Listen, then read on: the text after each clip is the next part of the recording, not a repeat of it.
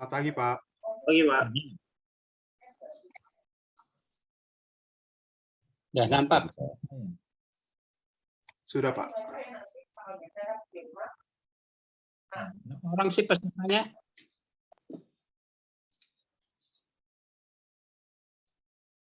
Halo.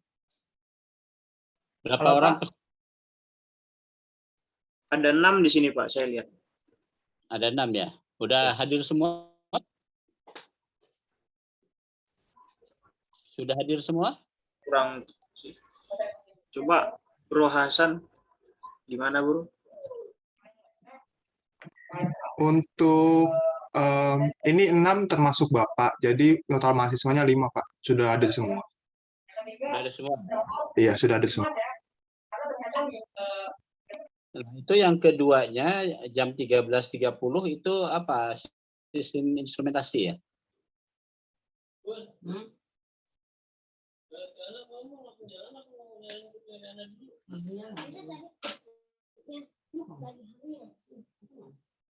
Halo, William. Halo, Pak. Ya, yang kedua itu tadi nanti jam 13.30 itu sistem instrumentasi ya? Iya, sistem instrumentasi, Pak. Ya, itu siapa aja ya? Berapa orang? Bentar, Pak, saya cek di web dulu, Pak. Ya. Sebentar.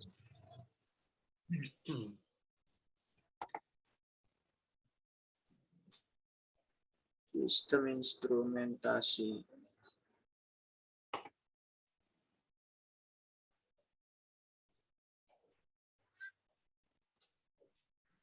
Waduh, mahasiswanya cuma saya aja, Pak. Cuma William sendiri? Iya. Oh, kalau gitu geser waktu aja ya, William ya. Nanti saya siang ini setelah Zoom ini, saya mau ke kampus. Sekarang masih di rumah. Saya mau ke kampus, ada yang diperlukan. Nah, itu nanti untuk karena itu sendiri, kita rubah ya. Apakah Baik, Pak. nanti malam atau jam berapa, nanti kamu kontak saya ya. Baik, siap. Nah, untuk ini pun kita akan katakanlah sebagai pendahuluan kita menggunakan Zoom ini, jadi kita bisa langsung saya presentasikan di sini ya. Katakanlah di sini adalah introduction of system dynamic ya. Apa yang dimaksud dengan sistem dynamic di sini yang Anda tahu? Yang kalian tahu? Yang saya tahu sih membuat simulasi ya, Pak ya. Ya, jadi itu salah satunya membuat. Jadi kalau misalnya sistem dinamik ini apa yang Anda kira-kira pahami dari perkataan topik atau judul ini gitu kan? Jadi ketika Anda mau mempelajari apa sih yang disebut dinamik itu?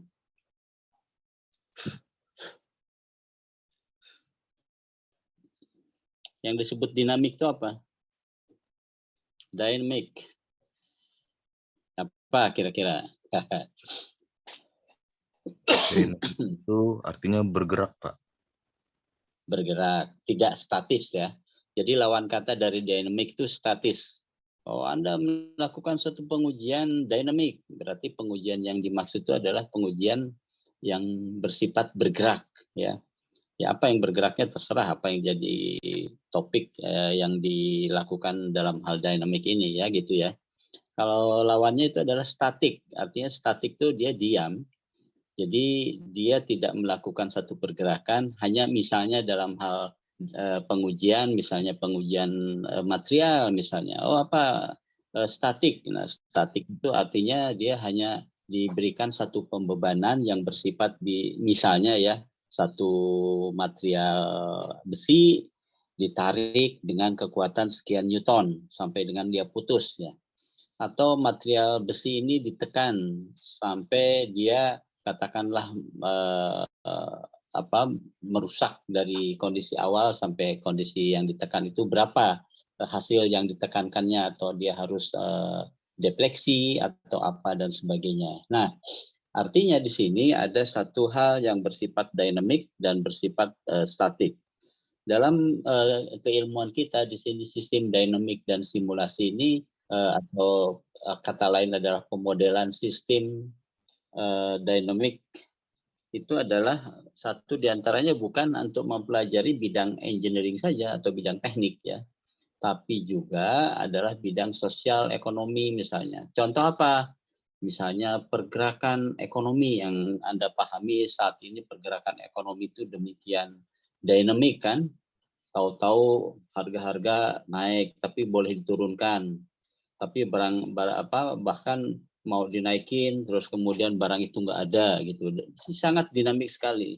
Contoh yang Anda tahu saat ini apa yang dinamik sekali nih, yang diperlukan hampir semua warga masyarakat, Anda tahu nggak? Minyak goreng, Pak. Nah, itu kan kebutuhan bersama, kebutuhan hampir semua rumah yang ada orangnya itu butuh itu ya kan. Tahu-tahu lonjakan itu harganya sangat menarik dan terjangkau oleh masyarakat karena kita sebagai penghasil dari kondisi bahan baku, tahu-tahu kita sendiri nggak bisa menikmati. Aneh kan, tiba-tiba hilang, sekarang ada banyak, tapi harganya berubah. Artinya tuh harga itu juga dinamik, berubah. Harga yang sebelumnya berapa, sekarang berapa. Itu yang pertama dari sisi ekonomi contohnya. Tapi banyak hal lain ya dari sisi ekonomi yang kalau Anda mau kritisi, Anda mau lihat di fenomena saat ini yang terjadi di masyarakat. Kemudian yang kedua misalnya di bidang sosial, apa? Pertumbuhan penduduk. Pada katakanlah tahun 80-an, penduduk Indonesia itu hanya sekitar maksimum itu 140 sampai 150 juta. Ya kan? Nah, sekarang masuk ke berapa tahun kemudian, katakanlah tahun-tahun sekarang ini hampir 270 something ya, lebih maksudnya seperti itu. Jadi artinya waktu ke waktu itu selalu ada satu perubahan. Dalam hal ini sosial juga demikian, sosial kemasyarakatan dari sisi yang saya contohkan itu adalah sebuah populasi manusia, tapi sisi lain dinamika hidup yang ada di Indonesia contohnya manusia saja, ada yang memerlukan itu, ada yang memerlukan ini, ada yang macam-macam. Nah itu kan bersifat dinamik ya, betul nggak? Halo? Ya, betul, Pak. Ya, betul, Pak. Ada nggak contoh lain yang Anda bisa discuss dengan saya di sini atau dengan rekan-rekan lain? Kira-kira dari sistem sosial ekonomi misalnya, apalagi yang nampak saat ini yang kita sebut dynamic? Gitu. Adakah? Kalau nilai tukar uang, Pak, gimana, Pak? Nah, itu juga sama. Itu juga dari sisi ekonomi, nilai tukar uang hari ini katakan rupiah anjlok, hari ini rupiah meningkat atau apa dan sebagainya terhadap mata uang asing gitu ya maksudnya dia ya? Iya Pak, begitu Pak. Ya, betul, itu sama gitu. Jadi banyak hal yang kita sebut fenomena dinamik itu ya, fenomena alam, fenomena kehidupan, fenomena berbagai situasi dan kondisi yang Anda hadapi itu bergejolak atau bersifat tidak statik. Jadi dia dinamik ya, berubah-ubah seperti itu. Ada lagi contoh lain untuk sosial ekonomi misalnya?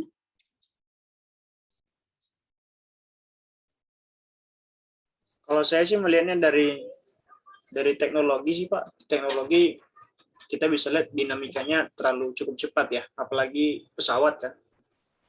Ya. Ya, kalau pesawat kan 1903 hanya bisa terbang 1 meter gitu kan. Hanya butuh waktu 66 tahun sudah sama dengan kecepatan cahaya gitu. Kecepatan suara maksudnya. Ya.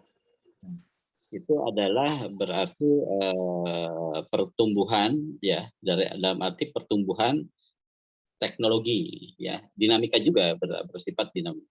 Nah, kalau begitu apa yang berkaitan dengan teknik atau bidang engineering atau bidang keteknikan yang kita sebut dynamic? Kalau tadi Anda sampaikan teknologi dalam hal ini adalah teknologi, pertumbuhan teknologinya. Tapi katakanlah ada satu objek yang katakanlah berkaitan teknologi atau berkaitan dengan teknik itu dia bergerak atau tidak statik atau kita sebut dinamik. Kira-kira apa contohnya?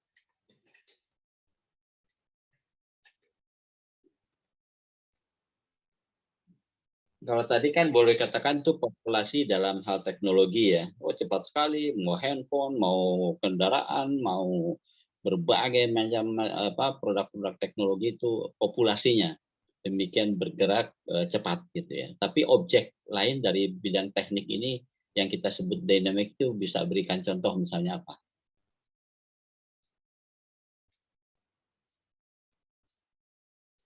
Objeknya Pak ya? Ya, objeknya. Sebagai contoh misalnya kendaraan, ya kan objek tuh kendaraan misalnya, dia bisa bergerak. Kalau kendaraannya diam ya dia statis, tapi kendaraan ini bergerak. Nah gerakan dari sebuah kendaraan contohnya itu kita bisa ilustrasikan dengan hukum Newton misalnya, ya Newton yang kedua. Jadi bergerakan bahwa kendaraan itu bisa bergerak dari satu titik ke titik lain. Artinya di samping itu kita akan melihat ada satu pergerakan jarak misalnya dari satu titik ke titik lain, kita juga bisa melihat ada satu fenomena waktu yang juga berubah, ya kan? Bendanya bergerak dari satu titik ke titik lain dan waktunya juga bergerak dari detik ini ke detik berikutnya. Seperti itu. Dan banyak contoh-contoh lain, mungkin nanti kita akan coba bahas dari sisi ke bidang engineering. Ya paling tidak dari sisi dinamik itu artinya bukan kita hanya untuk kebutuhan orang-orang engineering atau kebutuhan orang-orang teknik, tapi adalah merupakan sebuah kebutuhan juga dari orang-orang sosial, dari orang ekonomi dan pendidikan dan berbagai macam objek barangkali yang bersifat bergerak atau tidak diam ya. Seperti tadi contoh-contoh yang Anda tadi sebutkan seperti itu. Nah, kemudian lainnya barangkali adalah akan Anda lihat banyak sekali. Nah, tapi di sini saya ingin sampaikan ke Anda bahwa dynamic system atau fenomena dinamik ini saya menggunakan satu referensi yaitu Introduction to Dynamic System. Dia bisa cerita tentang teori, tentang model dan aplikasinya untuk apa. Ya. Nah, ini pengarangnya itu David Lundberger, ya, ISBN sekian.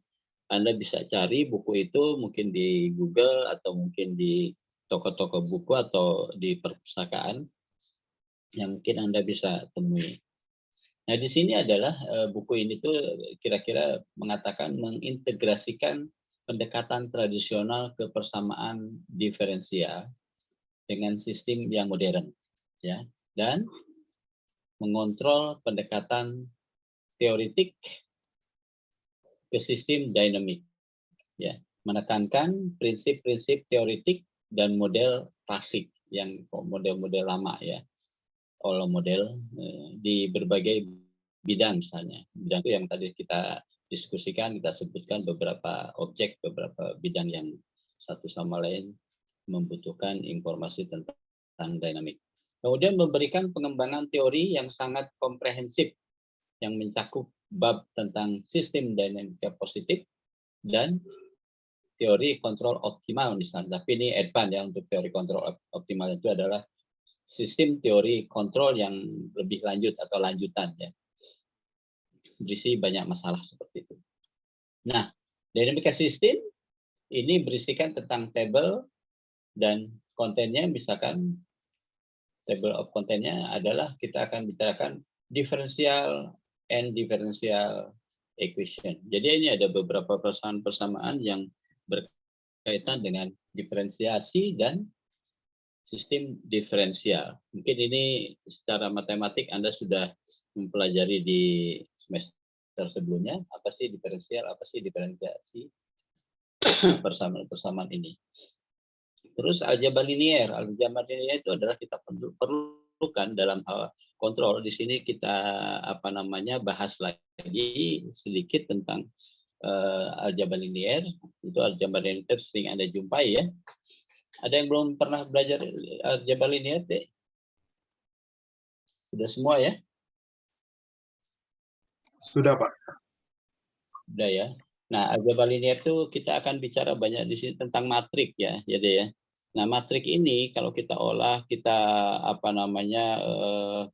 lakukan sebuah perhitungan dan lain sebagainya tentang matrik, itu ujung-ujungnya kita butuhkan matrik itu untuk sistem kontrol. Sistem kontrol bahwa itu adalah sistem itu terkendali, sistem itu katakan tidak stabil, sistem itu dan lain sebagainya kondisinya, kita bisa hitung dengan menggunakan matrik ya. Matrik dari sistem yang katakanlah dasarnya itu adalah linear algebra di sini ya. Terus kemudian kita selanjutnya karena sudah belajar linear algebra atau persamaan linear ya, matrik dan sebagainya, itu akan masuk ke linear state equation atau persamaan matrik persamaan keadaan linear. Jadi satu sistem itu apakah kita akan sebut bahwa sistem ini linear, sistem ini tidak linear, sistem ini stabil, sistem ini tidak stabil dan lain sebagainya. Jadi dalam aplikasinya dalam sebuah sistem kontrol. Sistem kontrol mungkin ada yang sudah belajar sistem kontrol otomatik misalnya dasar-dasarnya.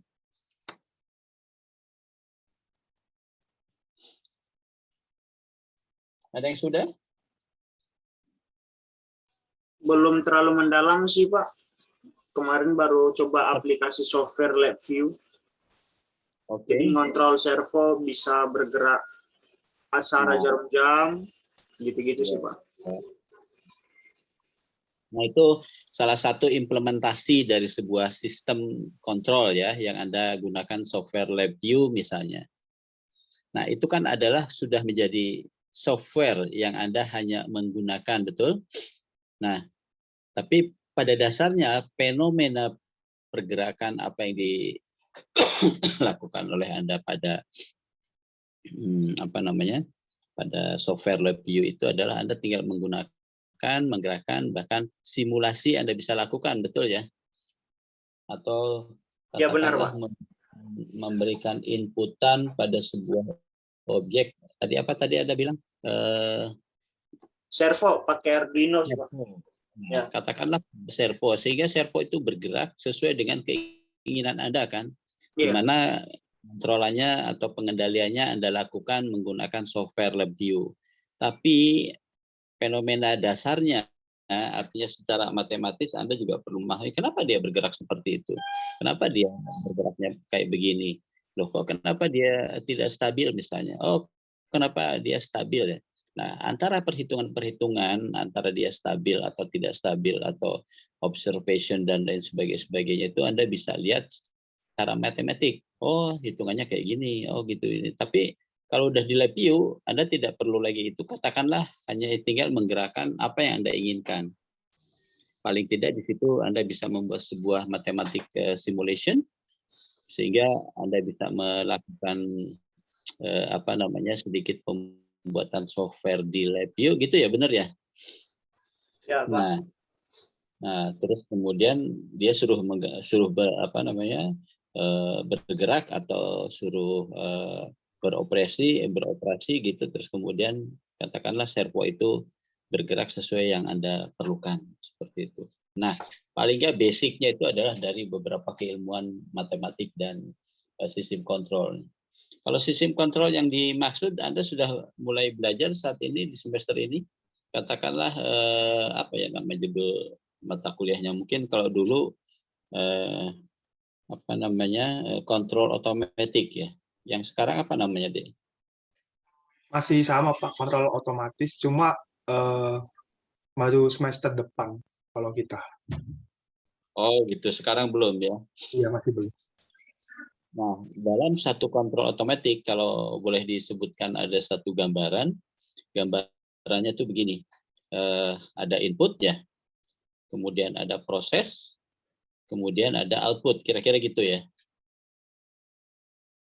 Jadi kalau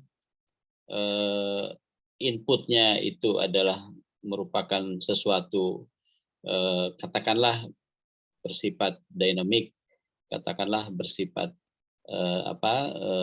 gambaran sebuah sinyal sinusoidal, misalkan gambar sinus misalnya, terus ada satu proses di sana, prosesnya itu adalah merupakan satu proses sebutlah di sana katakanlah rem generator, atau rem generator itu katakan bersifat pulsa, atau bersifat gigi gergaji, atau bersifat kotak misalkan, dan lain-lain gitu. Nah, outputnya seperti apa? Jadi ada input, ada proses, ada output. Anda bisa mencoba itu di lab teknik fisika, mungkin hitungan contoh-contoh input, output, dan proses secara sederhana. Nah, tapi fenomena berikutnya kalau Anda sudah menggunakan lab view, itu sesungguhnya sudah advance. Artinya Anda sudah melakukan itu jauh lebih lebih bagus lagi, lebih advance lah gitu ya. Lebih complicated dengan yang lain-lainnya. Cuma Anda tidak tahu persis bagaimana sesungguhnya itu bergerak dan berjalan seperti itu ya. Nah, ini dalam sistem linear state equation itu akan dibahas. Kemudian ditambah lagi ke sananya linear sistem dengan konstan koefisien. Nah, itu adalah berikutnya ya, untuk melihat fenomena-fenomena matematik pengembangan berikutnya. Kemudian lagi ada positif linear system. Kemudian lagi sana ada satu fenomena Markov ya, Markov chain misalnya, dan seterusnya, baru kita masuk ke kontrol atau konsep kontrol. Apa sih kontrol itu? Nah, makanya kalau ini diimbangi dengan Anda belajar kontrol otomatik, apa yang tadi saya katakan, ada input, ada proses, kemudian ada output. Nah, itu sederhananya. Nah, bagaimana konsep kontrol itu berkelanjutan ya, dari beberapa keilmuan-keilmuan yang dipelajari di atasnya. Ada diferensial, ada linear algebra, terus kemudian ada linear state equation, ada yang lebih advanced linear system misalkan, kemudian ada positive linear system dan sebagainya, masuk ke kontrol sistem atau konsep kontrol. Nah, itu adalah beberapa keilmuan di atas itu digunakan di situ ya. Nah, setelah Anda melakukan konsep kontrol, baru hasil dari output yang tadi saya maksudkan, input, proses, output, outputnya itu dianalisis. Apakah ini sistemnya non-linear, apakah ini sistemnya linear, karena di atas sudah kita pelajari secara matematiknya. Begitu. Nah, ini kira-kira gambarannya ada 10 item. Kalau sampai ke optimal control, itu adalah advance dari sebuah kontrol, itu sangat menarik lagi di sana ya. Kita tahu bahwa sistem itu katakan stabil atau tidak stabil.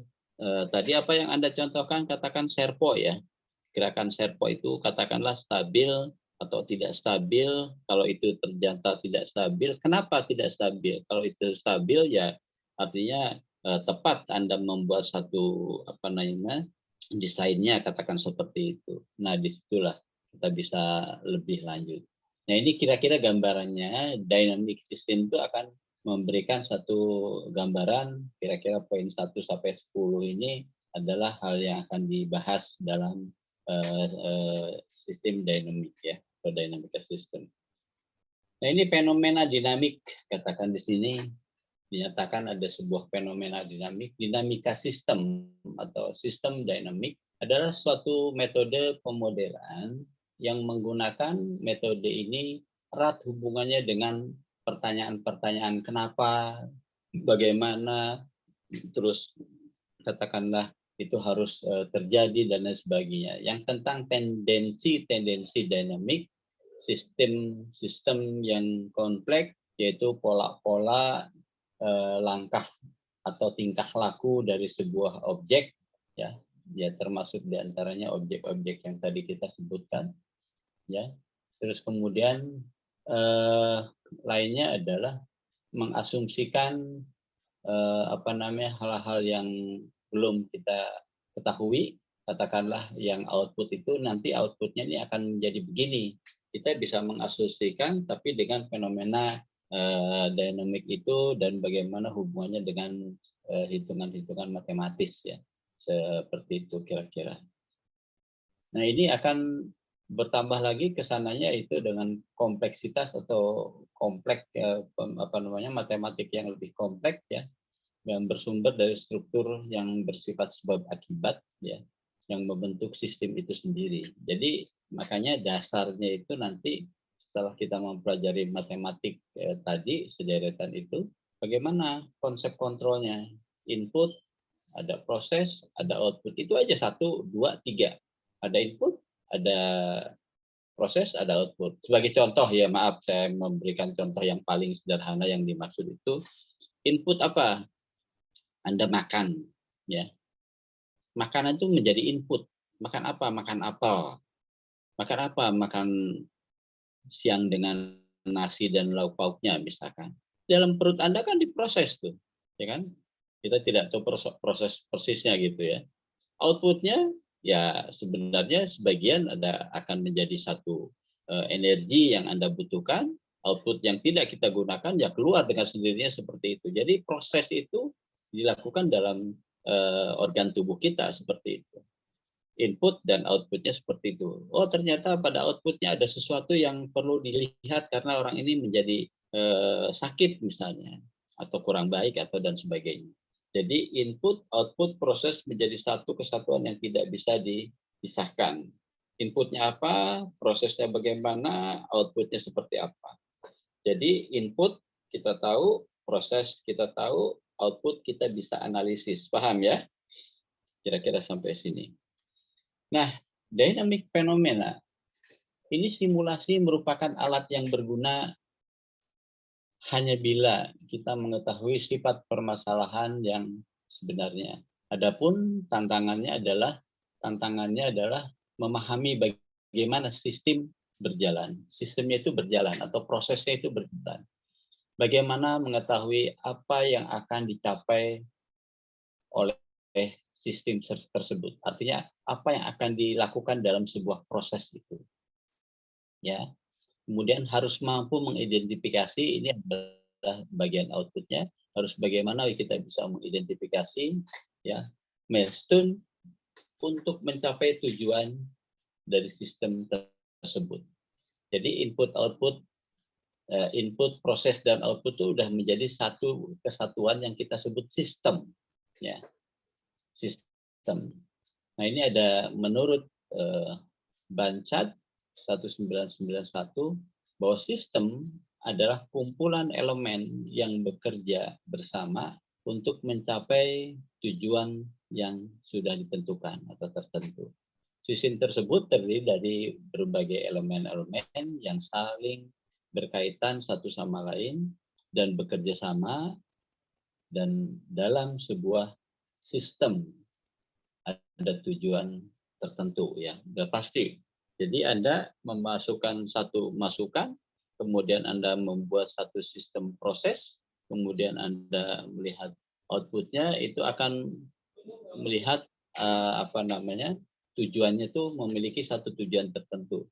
Maka proses ini satu sama lain mungkin kalau Anda melakukan satu riset tugas akhir, sama Anda punya input, Anda punya proses, Anda punya output, tapi proses satu sama lain mungkin Anda dan teman-teman Anda dalam hal melakukan riset tugas akhir misalnya akan memiliki proses yang berbeda, ya, dan output atau tujuan nanti akhirnya juga yang berbeda.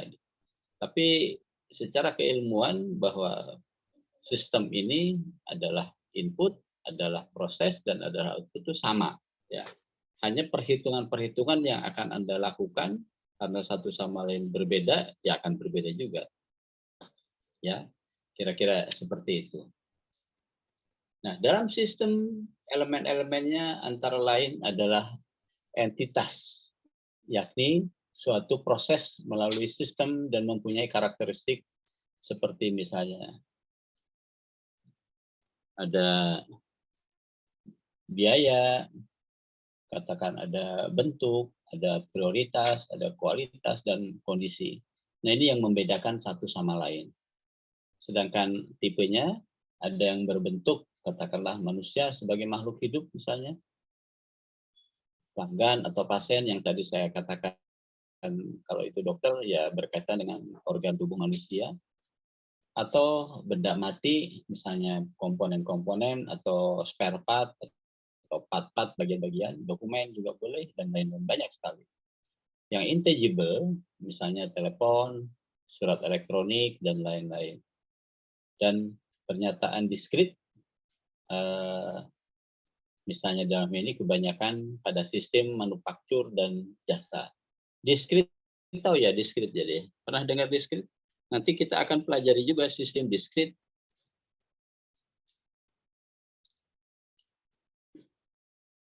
William? Tahu saya diskrit itu Dalam hal apa boleh? kalau diskrit di lifting line teori Pak ya, kalau saya ngelihat itu dipakai sih diskrit, jadi kayak pembagian segmen Boleh. untuk mencari lift distribution pada sayap. Iya. Iya. Nah, Banyak. Iya, betul. Banyak istilah. Cuma maksud saya itu istilah diskrit itu kan boleh dikatakan agak jarang kita gunakan istilah itu ya. Tapi iya, sebenarnya kalau kita sebagai orang engineering itu apa ya, boleh katakan udah hal biasa. Sudah menjadi hal biasa. Jadi kalau diskrit, kalau kita dalam keilmuan katakanlah elektronik atau dalam proses input output yang bersifat nanti outputnya, oh diskrit, oh ini continue gitu. Itu adalah lawan katanya ya. Oh diskrit dan continue itu adalah lawan kata yang memang satu sama lain berpasangan. Oh ini sistemnya diskrit, oh ini sistemnya continue gitu kan. oh Dengar ya? mirip-mirip kayak ini dong Pak, konvergen, divergen gitu Pak. Ya kayak gitu. Konvergen, divergen. Diskrit. Nah, di sini kan ada pernyataan diskrit misalnya. Di sini kebanyakan pada sistem manufaktur misalkan atau jasa. Jadi dia putus-putus. Ya. Kalau Anda memberikan satu jasa kepada orang kan tidak continue terus sampai akhirnya berakhir itu dengan tidak putus-putus gitu ya. Nah, kalau sistem diskrit dinyatakan ini adalah putus-putus karena mungkin sekarang memberikan jasa apa, kemudian dia lakukan, kemudian besoknya jasa apa, atau produksi, manufaktur apa, dan sebagainya. Berbeda dengan katakanlah temannya dia, lawan katanya dia, ya continue. Seperti misalkan di sini contoh penghilangan minyak. Dia nggak akan berhenti penghilangan minyak. Atau pabrik kertas, dia tidak akan berhenti pabrik kertas. Karena perhitungannya kalau dia sempat berhenti, kalau hitungan ke biaya misalnya, atau ke biaya produksi itu sangat merugikan luar biasa, makanya tidak akan dia lakukan istilahnya berhenti.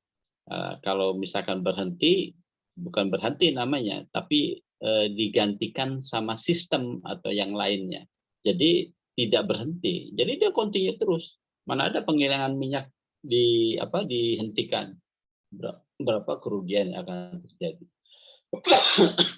Nah jadi istilahnya ada continue dan diskrit. Nah, kalau dalam sinyal digital dan sinyal analog, pernah dengar antara analog digital? Sekarang udah milenial nih, udah masuk digital ya. Nah, itu output atau gambaran dari apa yang dimaksud dengan analog dan digital. Pada sisi digital itu akan menghasilkan output berupa sinyal-sinyal yang bersifat putus-putus. Ya. Sementara kalau yang kita sebut sebagai sinyal analog atau sinyal itu akan terus secara kontinu mengalir terus tanpa henti, itu adalah kita sebut sistem itu kontinu. Contohnya apa? Anda pernah tahu tentang sinusoidal kan, sinus lah katakan, gerakan sinus. Ada yang belum tahu gerakan sinus? Jangan sampai enggak ya. Hal yang sangat dasar. Jadi sinus, tahu gambaran sinus? Tahu, Pak. Tahu ya? Nah, itu gambaran sinus akan terus berjalan seperti itu. Nah, kalau sebaliknya yang disebut diskrit, itu sinus itu dipotong-potong.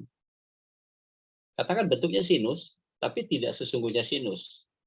Ya, tidak sesungguhnya sinus. Jadi dia dipotong-potong gerakan itu. Ya.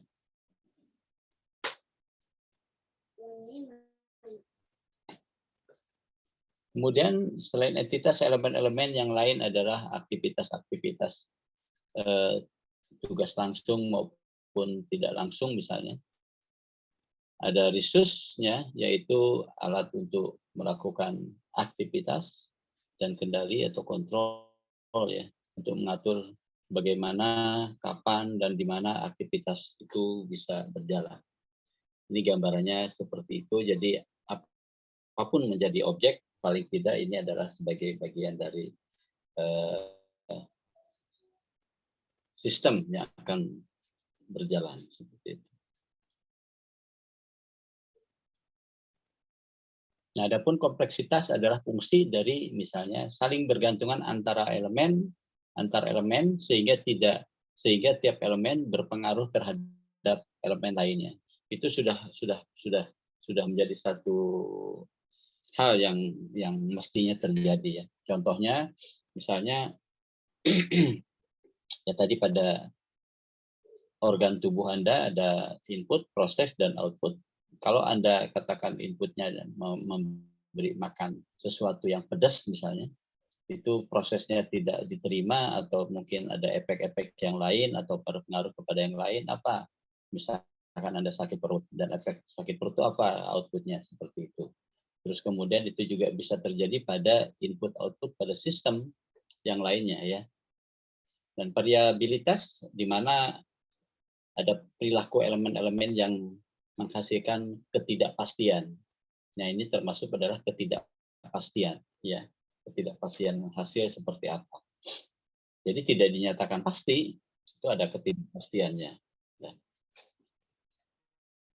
Nah, dalam hal ini elemen-elemen kompleksitas sistem tidak berhubungan dengan jumlah elemen di dalam sistem, namun bergantung dari jumlah relasi yang saling bergantung. Saling bergantung itu ada erat atau biasa-biasa saja atau longgar misalnya ya. Itu tergantung dari sistem atau proses yang terjadi seperti itu. Nah, di sini misalnya ada berhubungan dengan hal itu adalah waktu dan tempat misalkan, atau tadi waktu dan pergerakan tempat dari satu ke tempat lain, itu juga termasuk di antaranya. Ini ada pendapat dari Peter Senge tahun 90-an itu. Saling ketergantungan meski diminimasikan sebenarnya merupakan fakta kehidupan dan cara penanganan yang terbaik adalah selalu koordinasi dan manajemen yang efektif. Ini kalau sistem itu adalah input dan output itu di mana prosesnya satu sama lain saling ketergantungan, maka kalau dalam keilmuan manajemen misalnya ekonomi dan sebagainya, ini harus ada satu koordinasi satu sama lain sehingga bisa diestimasi, bisa diasumsikan bahwa proses itu harus bagaimana kalau kita menginginkan output yang seperti apa. Ya. Dalam beberapa sistem ada banyak variabilitasnya yang diabaikan, misalkan contoh material requirement yang merupakan satu direncanakan yang hanya merancang sistem berdasarkan kebutuhan rata-rata variabilitas. Seharusnya memang dikurangi atau bahkan dieliminasi bila memungkinkan. Atau kita buat simulasi. Nah, kalau simulasi itu bisa kita buat misalkan di dalam hal ini alat hitungnya atau alat simulasinya komputer misalnya. Anda berikan satu material masukan, Anda lakukan estimasi di dalam komputer. Contoh nyata misalkan gini, Anda pernah dengar apa yang atau pelajari yaitu finite element method ya, apa ya? Dalam material. Anda belajar material ya? Atau ilmu bahan gitu? Ada Pak, fisika material. Ada fisika material ya. Ini contoh aja. Misalkan material itu Anda ingin berikan satu pembebanan, tapi itu material itu terbatas. Kalau Anda lakukan sesungguhnya, kalau rusak, katakanlah baik dari sisi harga ataupun alatnya itu sendiri dan sebagainya itu agak sulit misalkan. Saya nggak mau ini rusak tanpa mendapatkan hasil yang nyata misalnya. Anda buat simulasinya. Anda buat simulasinya dalam komputer kalau sebuah batang material katakanlah bahannya tertentu ya. Terus kemudian Anda ingin melakukan pembebanan pada angka tertentu dan dia kira-kira patahnya tuh di mana? Rusaknya tuh di mana? Jadi Anda udah melihat dulu estimasi bahwa oh ini akan terjadi patah di sini atau rusak di sini. Padahal itu belum dilakukan. Anda buat simulasinya dalam komputer. Katakanlah diberi satu pembebanan, terus kemudian oh ternyata akan putusnya tuh di sini. Nah itu asumsi. Anda bandingkan dengan sesungguhnya nanti. Begitu itu dinyatakan, kemudian Anda lakukan, kemudian katakanlah hasilnya memang betul-betul sama, patah di area ini, rusak di area ini. Nah, Anda sudah tahu asumsinya. Anda sudah tahu estimasinya. Oh, berarti bebannya segini dan lain sebagainya. Anda bisa publikasikan bahwa ternyata material yang saya buat ini atau material yang saya lakukan risetnya ini adalah ternyata memiliki satu sifat-sifat tertentu yang Anda bisa berikan informasinya. Dan kenyataannya adalah antara kenyataan dan estimasi Anda simulasi itu tadi sama, katakan seperti itu. Tapi sebaliknya, jika terdapat sesuatu yang berbeda dengan simulasi Anda bisa melakukan satu analisis. Kenapa kok ternyata di sini? Oh, kenapa yang ini kok begitu dan lain sebagainya. Menarik di situ ya. Maka bisa kita buat dengan simulasi akan sangat membantu mengidentifikasi tingkat perbaikan, tingkat kerusakan dan lain sebagainya yang kita tidak tahu sebelumnya.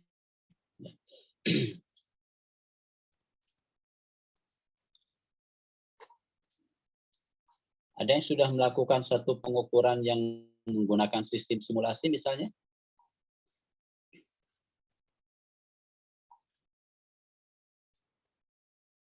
Belum sih Pak. Dalam apa misalnya? Kalau kemarin sih terakhir ngerjain project pakai CFD itu di ANSYS Pak ya. Jadi mengukur ketahanan deformasi. Jadi takutnya kalau misalkan dikasih beban dia ada lengkungan atau apa gitu. Ngukur itu sih Pak. Defleksinya. Iya ya, betul. Defleksinya Anda ukur. Iya. Oh, tapi Anda buat dalam simulasi. Iya, pakai ANSYS. Oh, bagus tuh. Nah, itu yang saya maksud. Kalau dulu terkenalnya tuh finite element method ya. Ya. Ya, sekarang ANSYS ya, itu ANSYS sudah lebih advance lagi. Saya kira itu bagus. ANSYS itu sekaligus dia bisa menggambarkan bentuk gambarnya secara nyata ya. Oh, kalau itu terpisah Pak konsepnya. Jadi kalau misalkan kita mau bikin yang benar-benar detail sih, pertama stepnya harus gambar 3D-nya di SolidWorks. Setelah itu kita ekspor datanya, masukin ke ANSYS. Nah, itu lebih mantap biasanya Pak. Soalnya tools-tools yang ada di ANSYS, tools yang ada di ANSYS untuk menggambar 3D-nya terbatas. Makanya gitu. Ini biasanya dengan sih siapa? Saya bicara dengan siapa? William Pak. William, teman-temanmu ada yang sudah juga melakukan hal itu. Kalau misalkan tidak, Anda bisa memberikan satu edukasi atau discuss dengan mereka sehingga apa yang menjadi keilmuan praktis kayak gini itu adalah menjadi menjadi sharing untuk teman-teman Anda. Iya, bisa sih Pak. Nanti saya coba buat grup lah kalau misalkan ada yang mau gabung-gabung. Soalnya saya tim kerjanya. Cuman saya Iya, kan iya. kerjanya tim. Jadi kalau misalkan rekan-rekan ada yang mau join, ikut gabung-gabung, bisa. Welcome aja. Oh gitu, bagus tuh. Ini tim Anda ada, teman Anda di sini aja ada berapa? 4 orang ya? Iya, 4 sih. Nah, paling nggak sebulan 1 kali atau 2 kali ngumpul untuk mengedukasi secara bersama sehingga ada nilai manfaat untuk untuk kegiatan-kegiatan yang katakanlah kegiatan nyata lah saya nyebutnya. Jadi antara teori dan praktis itu bisa bersama-sama Anda diskusikan dengan rekan-rekan Anda gitu. Bisa, Pak. Sorry ya, laptop saya agak lagi trip. Oke. Makanya saya pakai pakai handphone saya dan laptop saya ini drop nih. Jadi saya harus set lagi ya sebentar ya. Nanti kalau misalkan bermasalah, Pak, mungkin paling gini aja, Pak. PPT-nya di-share ke kita, nanti kita yang bantu display gitu. Boleh. Nanti saya share ya. Ini lagi saya coba up lagi. Saya belum kasih PPT ke Anda ya. Atau? Yang saya kirim Mas Wil, yang PDF. Oh, PDF yang kemarin. Yang PDF. Ya. Oke. Ada, Pak. Ya. Udah terima ya. Ya seperti itu. Mungkin nanti PDF ini cukup PDF kan nggak apa-apa kan? Nggak apa-apa, Pak. Iya, Pak. Ya. Harusnya lagi hidup lagi nih, coba saya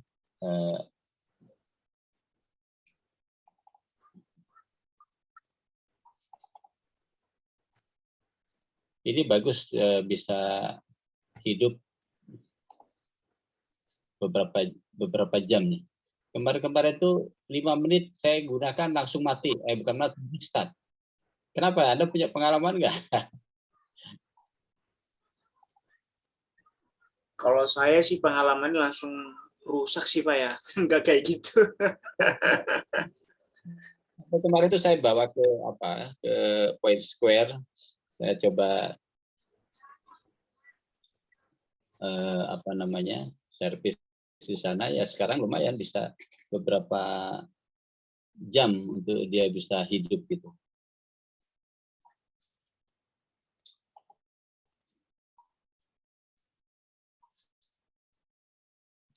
Sekarang mati lagi. Sebentar ya.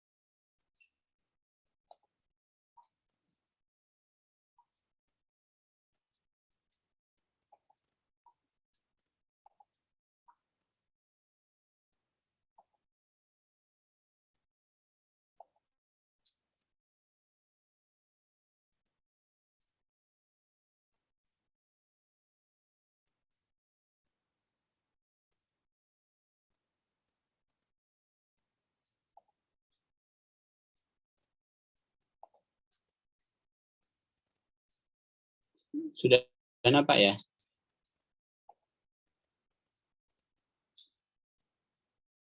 Betul, Pak, sudah. Oke, ini kita selesaikan di fenomena gelombang ya, fenomena dinamik ya. Nah, ini masih di fenomena fenomena dinamik sebagai bagian pendahuluan kita tentang dinamika itu tadi. Jadi banyak sekali variabel-variabel yang menunjukkan bahwa fenomena dinamik itu luas sekali. Maka jika Anda nanti berkaitan misalkan tugas akhir Anda atau apa berkaitan dengan masalah dinamika itu banyak sekali dan menggunakan persamaan-persamaan apa yang Anda katakanlah sesuai dengan objek atau proyek Anda ya nanti ya. Nah ini dinamika fenomena itu atau fenomena dinamik ini misalkan ada variabel sistem terdiri dari apa? Variabel keputusan atau decision variable ya.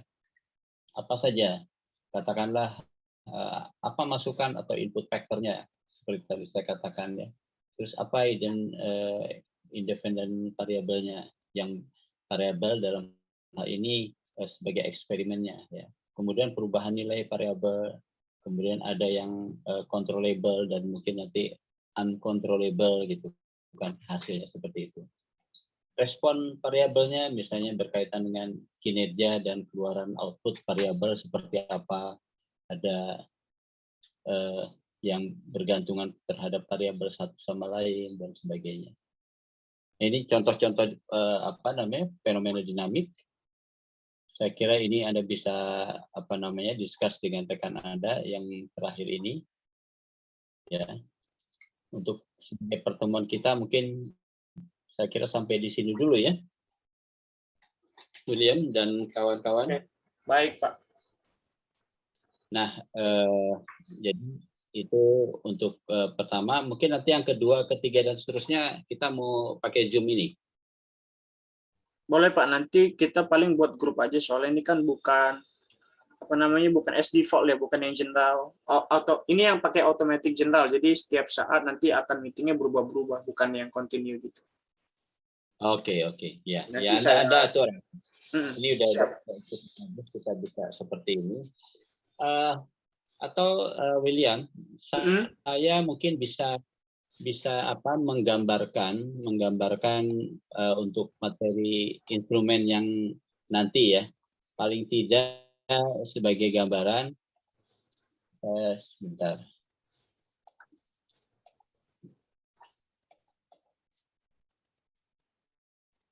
Instrumen.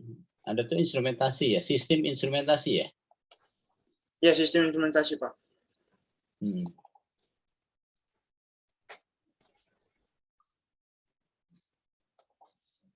Soalnya mata kuliah wajib, jadi saya nggak bisa nolak. Oh, ya. Nah ini gambaran dari saya untuk instrumentasi. Mungkin kalau teman-teman lain mau ikutan juga boleh, terserah. Kalau kayak gini kan bisa siapa aja ikut kan, gitu.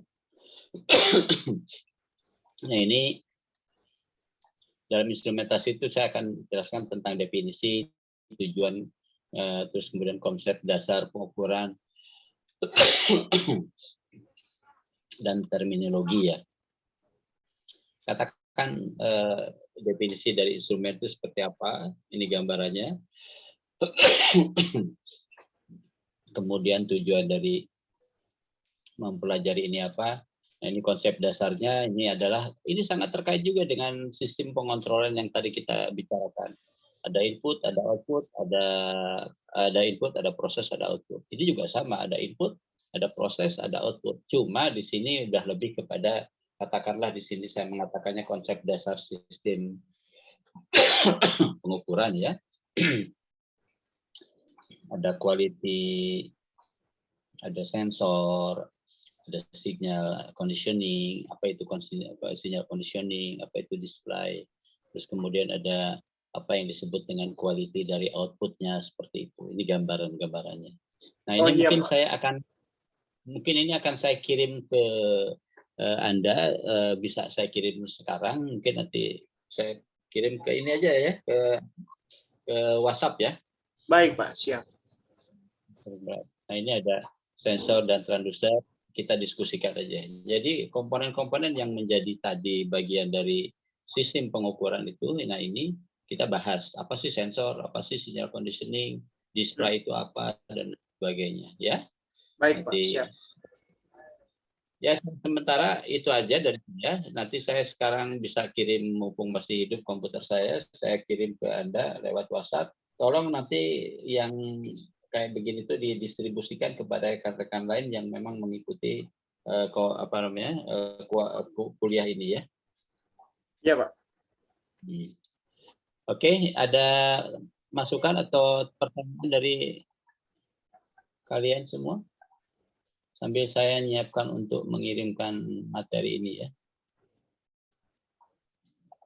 Kalau dari saya sih cukup sih Pak ya. Paling ini sih teknis ya Pak. Kalau misalkan nanti ini kan di Zoom kita ada pertemuan tatap muka, berarti kita nanti absen juga ya di website Pak ya. Oh iya kan yang ya di website ya betul. Itu kan saya juga apa istilahnya tuh prepisnya dari apa yang akan kita pelajari gitu kan. Lengkapnya itu ada di materi-materi slide yang nanti saya kirim mungkin PDF-nya atau apa untuk memudahkan atau memudahkan pengirimannya. Karena kadang-kadang ada gambar yang besar sehingga kalau saya kirim ke PT itu tidak cukup kadang-kadang seperti itu. Ya. Mungkin dari teman-teman lain ada yang mau bertanya? Ya, silakan. Saya izin ini dulu ya, keluar untuk laptop saya ya. Kita bicara di handphone saya, silakan. Dan saya mau ngirim ke Anda sekalian sekarang.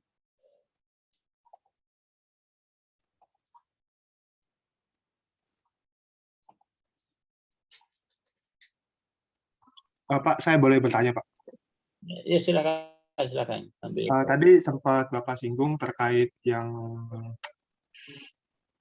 mana ya tadi? Ini Mas siapa ini? Saya Abdullah Hasan. Abdullah Hasan, oke ya Abdullah, silakan. Jadi di sistem tadi Bapak sebutkan terkait ada elemen-elemen juga. Salah satunya juga ada pernyataan discrete dan kontinu gitu, Pak. Ya, Itu ya. kan bentuknya pernyataan ya, Pak. Kalau di statistika kan juga ada data discrete dan data kontinu. Itu kira-kira sama atau tidak?